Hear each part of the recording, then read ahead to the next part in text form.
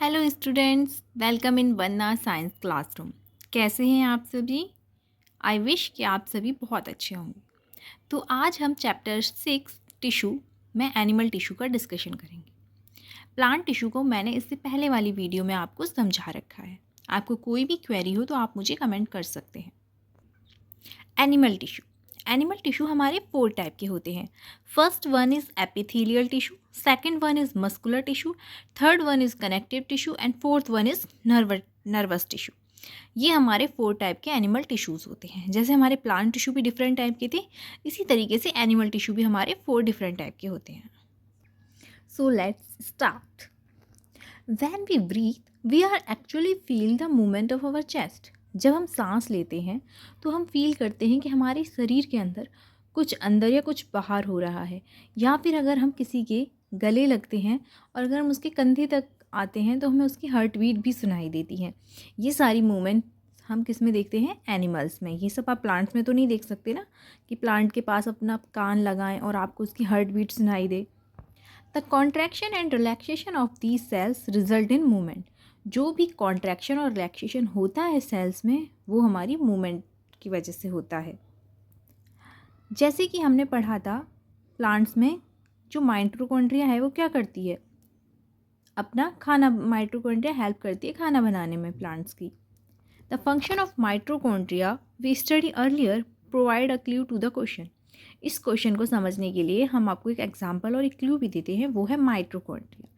जैसे कि प्लांट्स अपना खाना खुद बनाते हैं। कैसे कैसे बनाते हैं वो अपना खाना? क्योंकि उनकी लीफ में क्या प्रेजेंट होता है? क्लोरोफिल। माइटोकॉन्ड्रिया क्या होती है? Power house of the cell, जो कि एटीपी एनर्जी की सिंथेसिस करती है। उसी तरीके से अगर हम एनिमल टिश्यूज़ की बात करेंगे तो यहाँ पर हमारे एनिमल टिश्यूज़ में आते हैं ब्लड एंड मसल्स। ये हमारे एनिमल टिश्यूज़ के एग्जाम्पल हैं। और अगर हम प्लांट टिश्यू की बात करेंगे तो उसमें एक एग्जाम्पल और एक क्लू ले सकते हैं आप माइटोकॉन्ड्रिया का। तो चलिए अब हम आते हैं अपने टाइप ऑफ टिश्यूज़ पर। फर्स्ट वन है हमारा एपिथेलियल टिश्यू। एपिथेलियल टिश्यू को समझने से पहले, सब लोग अपने घर में एग्ज़ाम होते हैं आपके, क्या होता है? सब लोग पहले से तैयारी करके चलते हैं या एंड टाइम पर ही तैयारी करते हैं? मोस्टली क्या होता है, जब एग्ज़ाम आता है तो हमें टेंशन की वजह से हमें पूरी रात पढ़ने का मन करता है। यार आज तो पढ़ लो, कल एग्ज़ाम है। तो ऐसा ही हमारा एपिथेलियल टिश्यू है। जैसे कि आप पढ़ते हैं तो क्या आपके मम्मी पापा सो जाते हैं? पापा तो यार थक जाते हैं, सो जाते होंगे, बट मम्मा मम्मा नहीं थकती। क्यों? उन्हें आपसे बहुत ज़्यादा प्यार है। थकती हैं, पर उनको आपकी पढ़ाई के आगे आपके लिए कुछ करने से उन्हें थकान फील नहीं होती। तो वो क्या करती हैं? आप पूरी रात पढ़ रहे हैं, वो आपको कॉफ़ी चाय बना के देती रहेंगी, बार बार चेक करेंगी, पढ़ रहा है, नींद तो नहीं आ रही, सो जा, सुबह पढ़ लेना। करते हैं, सबके पेरेंट्स करते हैं ऐसा या नहीं करते? तो वो क्या करती हैं? हमें एक प्रोटेक्शन प्रोवाइड करती हैं कि मेरा बच्चा पूरी रात अच्छे से पढ़े, उसे ये ना लगे कि घर में सिर्फ मैं अकेला जग रहा हूँ, क्योंकि उसके साथ उसकी मम्मा भी जागती हैं। The covering or protective tissue in the animal body are epithelial tissue. तो जो भी कवरिंग और प्रोटेक्शन होती है एनिमल्स की बॉडी के ऊपर, उसे हम एपिथेलियल टिश्यू कहते हैं। जैसे हमारी कवरिंग कौन करता है? हमारी mother. Consist of a single layer of cells. उसके पास एक सिंगल लेयर होती है जिससे वो उसको प्रोटेक्ट करती है। It also form a barrier to keep different body system separate. उसके पास एक बैरियर होता है। क्या बैरियर होता है? वही एक सिंगल लेयर, उसका एक बैरियर का काम करती है, जो कि डिफरेंट बॉडी सिस्टम्स को अंदर आने से रोकती है या अंदर से बाहर जाने से रोकती है। Epithelial tissue cells are tightly packed and form a continuous sheet. Epithelial के जो टिश्यूज़ होते हैं वो बहुत ही क्लोजली पैक होते हैं, उनमें स्पेस नहीं होता बीच में, और वो लगातार एक सीट से दूसरी सीट तक जुड़े रहते हैं। No intercellular space. अगर वो टाइटली पैक्ड हैं तो उसमें कोई भी स्पेस नहीं होगा। It is primarily protective in function. इसका मेन फंक्शन क्या है? प्रोटेक्शन प्रोवाइड करना। Non nervous in nature. Non nervous in nature मतलब इसमें कोई सेंसेस नहीं होते, कोई सेंस फील नहीं कर सकती। Epithelial tissues are classified as, जैसे हमने एनिमल टिश्यूज़ को 4 टाइप में डिवाइड किया था, इसी तरीके से हमारी एपिथेलियल टिश्यू भी 3 टाइप से होती है। Squamous epithelium, cubical epithelium and columnar epithelium. Squamous epithelium क्या होती हैं? These cells are extremely thin and flat and form a delicate lining. ये बहुत ही पतली होती हैं और चपटी हुई होती हैं, फ्लैट यानी कि, और बहुत ही पतली लाइनिंग होती हैं। ये कहाँ पाई जाती हैं? ये पाई जाती हैं हमारी inner surface of mouth.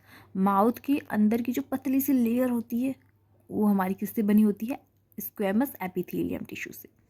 Oesophagus की जो लेयर होती है वो भी हमारी इसी टिश्यू से बनती है। ब्लड वेसल्स की जो टिश्यू है और एल्वेोलर कहाँ प्रेजेंट होता है? लंग में।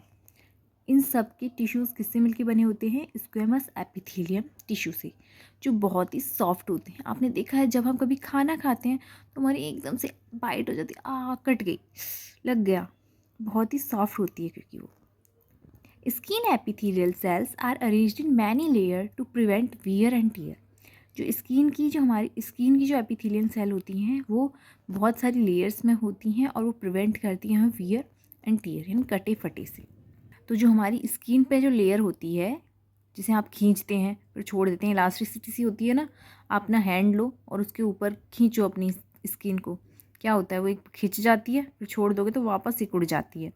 तो ये कौन सी होती है? हमारी स्ट्रेटिफाइड स्क्वेमस एपिथेलियम टिश्यू, जो कि एक लेयर में, वो सिंगल लेयर थी, ये हमारी लेयर के ऊपर लेयर होती हैं इसमें, तो इसे हम स्ट्रेटिफाइड स्क्वेमस एपिथेलियम बोलते हैं, जो कहाँ प्रेजेंट होती है? स्किन पर।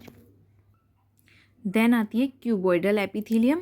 Cuboidal epithelium mainly present in nephron. Nephron कहाँ होता है? हमारा किडनी में। सलाइवरी ग्लैंड में, where it provide mechanical support. ये हमें मैकेनिकल सपोर्ट प्रोवाइड करती है। कौन सी टिश्यू? Cuboidal epithelium tissue. फिर आती है हमारी columnar epithelium. They have no cilia. इसमें कोई सीलिया नहीं होता है, यानी कि कोई मूवमेंट नहीं होती। Which facilitate movement across the epithelium barrier. ये एक मूवमेंट करती है एपिथेलियम बैरियर के चारों तरफ, जो कहाँ प्रेजेंट होती है? हमारी इंटेस्टाइन के इनर सरफेस पे प्रेजेंट होती है। सीलिएटेड एपिथेलियम, जिसके नाम से ही पता चल रहा है सीलिया, तो इसमें टिश्यूज़ है सीलिया, सीलिया प्रेजेंट होगा। सीलिया किस में हेल्प करता है? मूवमेंट में हेल्प करता है। Which are hair like projection. इसके पास बालों के जैसी एक प्रोजेक्शन होता है इसकी आउटर सरफेस पर, जो इसे मूव करने में हेल्प करता है। दीज सीलिया आर मूव, ये मूव करता है, and their movement push the mucus forward to clear it. और इसकी जो मूवमेंट है वो क्या करती है? म्यूकस को पुश करती है फॉरवर्ड की तरफ। ये कुछ इस तरीके से हमारा सीलिएटेड एपिथेलियम होता है। ये जो ऊपर आप इसके पतले पतले दे रहे हैं, हेयर लाइक प्रोजेक्शन है, इसमें बीच में न्यूक्लियस होता है। ये कहाँ प्रेजेंट होते हैं? हमारी नोज़ में जो छोटे छोटे बाल होते हैं वो हमारे सीलिएटेड एपिथेलियम टिश्यू से बने होते हैं। ब्रोंकिया, नेसल कैविटी, ये इसकी एग्जाम्पल्स है। ओके स्टूडेंट, अगर आपको मेरी वीडियो अच्छी लगी हो तो लाइक, शेयर और सब्सक्राइब करना ना भूलें। Thank you. और अगर आपको किसी भी वीडियो पर, किसी भी टॉपिक पर वीडियो बनवानी हो या आपको उससे रिलेटेड कोई भी प्रॉब्लम्स हो तो आप मुझे कमेंट सेक्शन में बता सकते हैं। Thank you.